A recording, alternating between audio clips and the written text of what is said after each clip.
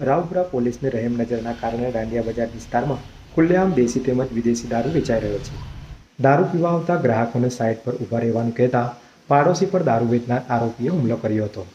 દાંડિયા બજાર જંબુબેટ આનંદ નિવાસમાં રહેતો મુકુંદ હરિનાથ કહાર એક અખબારમાં પત્રકાર છે. રાવપુરા પોલીસ સ્ટેશનમાં તેને ફરિયાદ નોંધાવી હતી કે ગત તારીખ 8મીએ અમારા સમાજની ઉજવણીનો કાર્યક્રમ હોવાથી અમે ગયા હતા. રાત્રે 12:30 વાગ્યે શોભાયાત્રા પૂરી થતાં અમે ઘરે પરત આવ્યા હતા.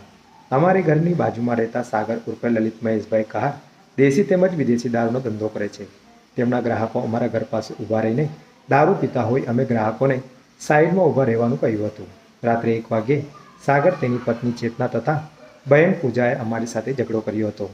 સાગરે લાકડીથી હુમલો કરી મને ઈજા પહોંચાડી ધમકી આપી હતી કે અમારા ધંધામાં આરોપ કરશો તો જીવતા નહીં રહેવા દઈએ. હાલ આરોપીઓ 307ના ગુના હેઠળ જામીન પર બહાર છે અને હાલ રાવપુરા પોલીસના આશીર્વાદથી દેશી તેમજ વિદેશી દારૂનો વેપલો ધમધમાટ ચાલે છે.